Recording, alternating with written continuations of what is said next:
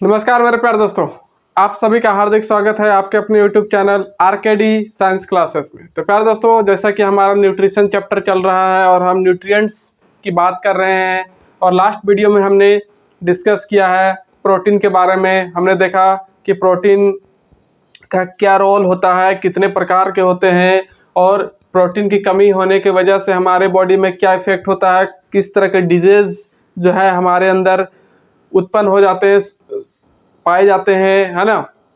तो कार्बोहाइड्रेट और प्रोटीन के बारे में जो है हमने कंप्लीट डिटेल्स जानकारी जो है ले ली है। प्यारे दोस्तों, अगर आपने नहीं देखा है तो प्लेलिस्ट में जाकर जो है सारे वीडियो को फटाफट देख लीजिए, ताकि बाकी सारी चीज़ें जो है आपके कंप्लीट हो जाएगी, है ना। तो प्यारे दोस्तों, आज हम बात करेंगे नेक्स्ट न्यूट्रिएंट्स की, जो होने वाला है फैट, मतलब कि वसा, है ना। फैट वसा के बारे में आज हम प्यारे दोस्तों बात करेंगे।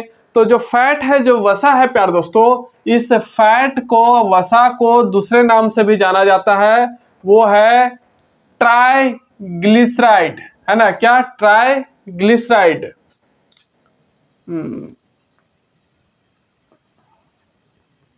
तो ट्राइग्लिसराइड के नाम से भी जाना जाता है, या फिर फैट को क्या कहा जाता है, ऑल्सो कॉल्ड ट्राइग्लिसराइड। ट्राइग्लिसराइड भी कहा जाता है किसे? फैट को, है ना, वसा को। और फैट की बात करें, वसा की बात करें, तो provide more energy to our body for long working process. तो लंबे समय तक काम करने के लिए, कार्य करने के लिए हमारे बॉडी को ऊर्जा जो देने का काम करता है, वो कौन करता है? यही fat, protein, okay, sorry protein बोल रहा हूं, यही फैट वसा। तो लंबे समय तक कार्य करने के लिए ऊर्जा उपलब्ध कराता है कौन? ये फैट वसा, ओके। अब बात करें इसके 1 ग्राम फैट पर, जो है 1 ग्राम अगर फैट्स हमारे बॉडी में है तो उससे कितना कैलोरी ऊर्जा हमें मिलेगा?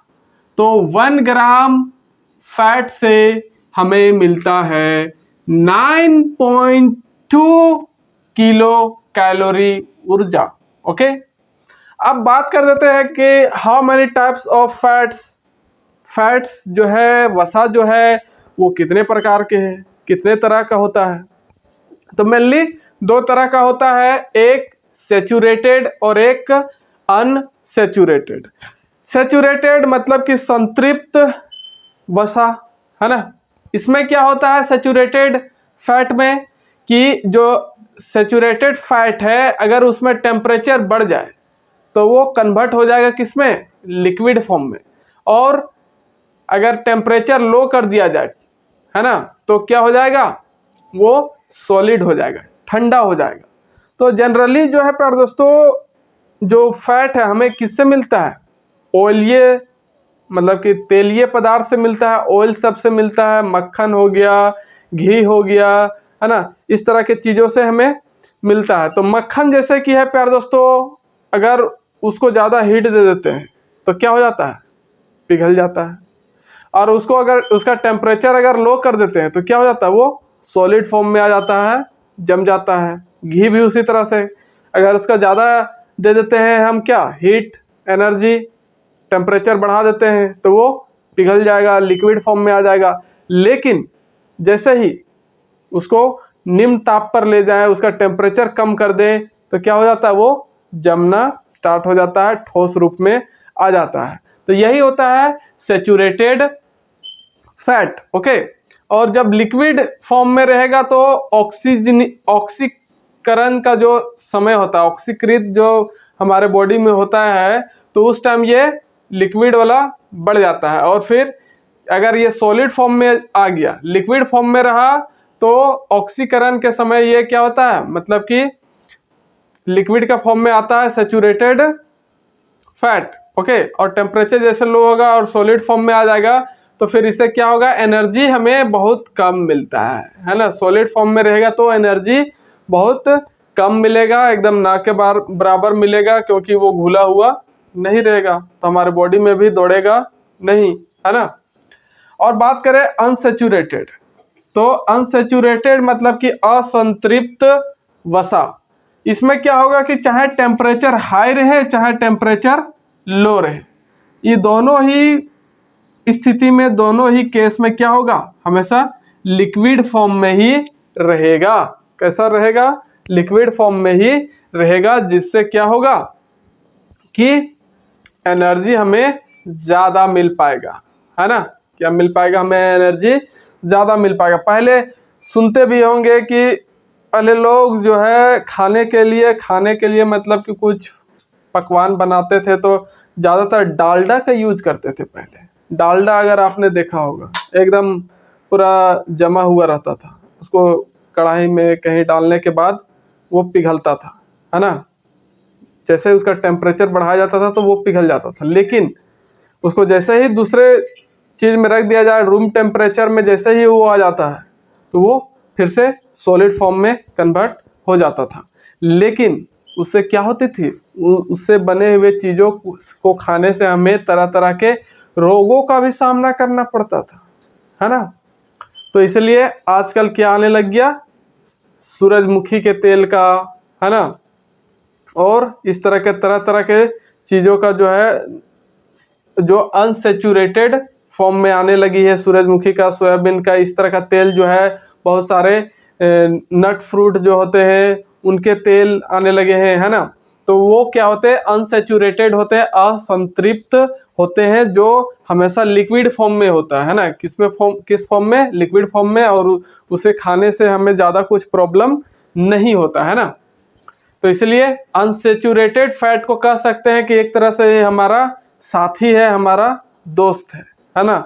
अगर ये हम यूज करेंगे तो हमें कुछ भी नहीं होगा। अब बात करें कि फैट की डिफिशियंसी हो जाए, फैट की कमी हो जाए हमारे बॉडी में, तो इससे क्या हो सकता है, तो इससे ये हो सकता है कि ड्राइनेस हो जाएगा हमारा बॉडी, मतलब कि हमारा जो है बॉडी का त्वचा वो क्या हो जाएगा, शुष्क हो जाएगा। ऐसे कोई खरोच देगा ना तो पूरा एकदम वाइट हो जाएगा, लगेगा कि इसमें कुछ जान ही नहीं है ना। तो एकदम त्वचा जो है कैसा हो जाएगा, शुष्क हो जाएगा, और हमारी जो वर्किंग कैपेसिटी है वो क्या हो जाएगी, डिक्रीज हो जाएगी, है ना। क्या हो जाएगी, हमारी वर्किंग कैपेसिटी डिक्रीज। 5 मिनट काम नहीं किए कि करे लगेंगे, एकदम तुरंत थक जाएंगे, एकदम लगेगा कि हमारे बॉडी में प्राणे नहीं है, जाने नहीं। इसलिए फैट का भी हमारे बॉडी में बहुत ही इम्पोर्टेंट रोल होता है। इसलिए अगर फैट की कमी हो जाए तो हमारा क्या हो जाएगा, वर्किंग कैपेसिटी डिक्रीज हो जाएगा, कार्य करने की जो क्षमता है वो कम हो जाएगी। तो ये था क्या, डिफिशियंसी ऑफ फैट। अब बात करेंगे कि अगर फैट का अमाउंट हमारे बॉडी में ज़्यादा हो गया, हाई अमाउंट में हो गया, तो इसका क्या प्रभाव पड़ेगा। तो अगर फैट है प्यारे दोस्तों, वो अगर हमारे बॉडी में हाई अमाउंट में आ गया या फिर ज़्यादा हो गया, तो उसी को क्या कहते हैं, ओबेसिटी बोलते हैं, मोटापा, है ना। मतलब कि ओबेसिटी, मोटापा जो है क्या होने लगेगा, बढ़ने लगेगा, अगर फैट का अमाउंट जो हमारे बॉडी में ज़्यादा हो गया, है ना। जितना हमारे बॉडी को रिक्वायरमेंट है, जितना ज़रूरत है, जितना नीड है, उससे ज़्यादा अगर स्टोर होने लगा हमारे बॉडी में, तो हमारा जो है पेट क्या बन जाएगा, डमरू के जैसा, नगाड़े के जैसा बाहर निकल जाएगा, है ना। और मोटापा, एकदम ऐसे देखे होंगे बहुत को चलते हुए एकदम, है ना। तो वो मोटापा का लक्षण है। उसके अंदर जो है फैट एकदम कुट के भर गया है, जो उसके लिए बहुत ही हानिकारक है। तो इस तरह से अगर फैट जो है हमारे बॉडी में हाई अमाउंट में आ गया, है ना, तो उससे क्या हो जाएगा, मोटापा का बीमारी, मोटापा का लक्षण जो है शुरू हो जाएगा। उसी को बोलते हैं ओबेसिटी। ओके, तो अगर ओबेसिटी हो गया तो ये तो अलग बात है, लेकिन दूसरा और क्या बात होगा कि अगर फैट ज़्यादा हो गया तो फिर हमारे बॉडी में जो कोलेस्ट्रॉल होता है ना, कोलेस्ट्रॉल का जो लेवल है वो भी इंक्रीज कर जाता है, बढ़ जाता है। किसके वजह से, इस फैट की वजह से। तो कोलेस्ट्रॉल लेवल इंक्रीज, ओके, हमारे बॉडी में कोलेस्ट्रॉल का जो स्तर है वो क्या हो जाएगा, बढ़ जाएगा। और अगर ये कोलेस्ट्रॉल का लेवल बढ़ गया, है ना, इसका लेवल बढ़ गया तो क्या होगा, हार्ट अटैक आने का जो संभावना है, जो पॉसिबिलिटी है, वो आदमी में बढ़ जाता है। तो क्यों बढ़ता है, तो देखेंगे कि अगर कोलेस्ट्रॉल बढ़ गया तो हार्ट अटैक आने का संभावना बढ़ जाएगा।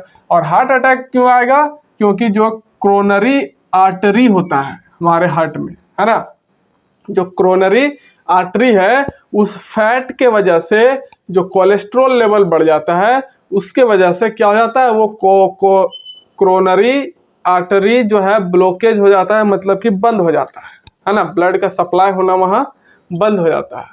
तो इस तरह से क्रोनरी आर्टरी के ब्लॉकेज होने से क्या होता है, हार्ट अटैक होता है ना। इसलिए कहते हैं कि अपना बॉडी का कोलेस्ट्रॉल लेवल जो है उसको कम करके रखना है, बढ़ाना नहीं है ना। ठुसू राम के जैसा एकदम कुछ भी ठुसते नहीं रहना है, अपना शरीर का भी ध्यान रखना है।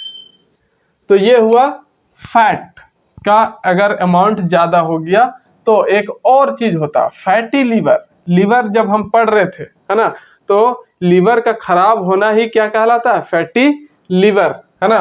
तो यही है फैटी लीवर। अगर ये हाई अमाउंट में अगर स्टोर होने लगा फैट हमारे बॉडी में, तो फैटी लीवर जो है वो क्या हो जाएगा, बढ़ने लगेगा। यकृत का जो है वसा वो भी क्या होने लगेगा, बढ़ने लगेगा। मतलब कि धीरे धीरे क्या होगा, liver cell started damage. Okay, liver की जो कोशिकाएं हैं वो धीरे धीरे मृत होना शुरू हो जाएंगी, मरना शुरू हो जाएंगी। और इससे फिर क्या हो जाएगा, liver became very weak and finally liver will damage, है ना। तो अंत में फिर लीवर क्या हो जाएगा, डैमेज हो जाएगा, खराब हो जाएगा, काम करना बंद कर देगा। समझे। तो इसलिए ज़्यादा फैटी वाला चीज़ ना खाइए, ज़्यादा तला भुना जो फास्ट फूड सब एकदम रोड किनारे लगा रहता है ठेला, जाके एकदम किसी किसी का तो ऐसा आदत हो जाता है कि एकदम बिना शाम के गए बिना उसको सुकून नहीं मिलेगा ना, भैया आज तो हम जब करेंगे, हमारा चाहे आंधी आ जाए चाहे तूफान आ जाए हम रुकेंगे नहीं, और जाएगा फास्ट फूड खाएगा एकदम मज़ा से, और घर में आकर तकिया लगा के सुत रहेगा, लेकिन उसका प्रभाव उसको बाद में मिलेगा। तो इस तरह से यह हुआ कि हाई अमाउंट में फैट हमारे बॉडी में आ जाए तो क्या हो सकता है। तो अब बात करते हैं कि स्टोरेज ऑफ फैट।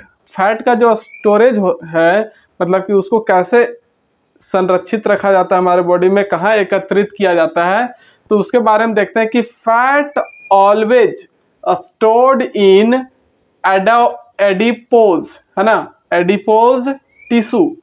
फैट जो है हमेशा कहाँ स्टोर होता है, एडिपोज टिश्यू में जो है स्टोर होता है, जिसको बोलते हैं वसीय उत्तक। क्या बोलते हैं, वसीय उत्तक में जो है फैट हमेशा स्टोर होता है। उसके बाद बात करें कि एक चीज होता है बीएमआई, है ना।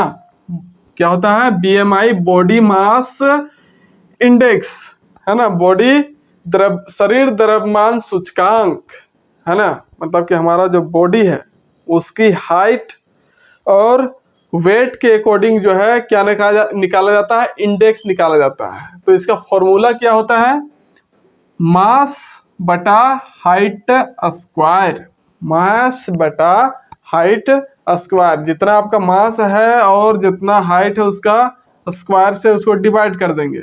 मतलब कि इसका अगर यूनिट की बात करें तो यूनिट क्या होता है, किलोग्राम पर मीटर स्क्वायर, किलोग्राम पर मीटर स्क्वायर। तो अगर मेजरमेंट की बात करें, मापन की बात करें कि ये जो बॉडी मास इंडेक्स है, जो सूचकांक है, इस सूचकांक में जो है कितना पॉइंट आने पर या फिर कितना वैल्यू आने पर जो है किस चीज़ का लक्षण जो है वो हमारे बॉडी में हो सकता है, इसके बारे में अगर देखे जाने तो हम कह सकते हैं कि measurement index for obesity fat. ये जो मेजरमेंट हम कर रहे हैं बीएमआई के थ्रू, तो वो हमारे बॉडी में जो फैट है, जो हमारे बॉडी में ओबेसिटी है, उसी को दिखाने के लिए कि वो कितना परसेंट फैट है, कितना अमाउंट में फैट आपके बॉडी में जमा है ना, वो आपके लिए सही है कि गलत है कि क्या है, ये सारी चीज़ों के बारे में मेजरमेंट किया जाता है इस इंडेक्स के थ्रू।